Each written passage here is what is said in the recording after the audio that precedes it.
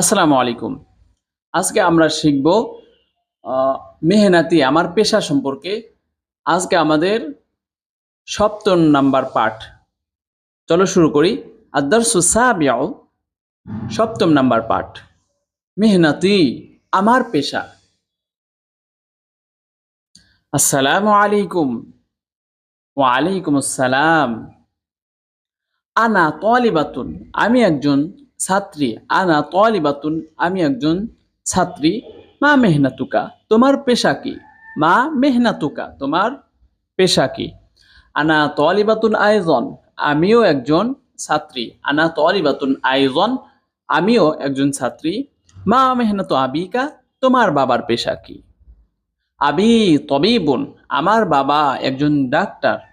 আবি তবিবুন আবি আমার বাবা তবিবুন একজন ডাক্তার। মা মেহনতু আখিকা তোমার ভাইয়ের পেশা কি?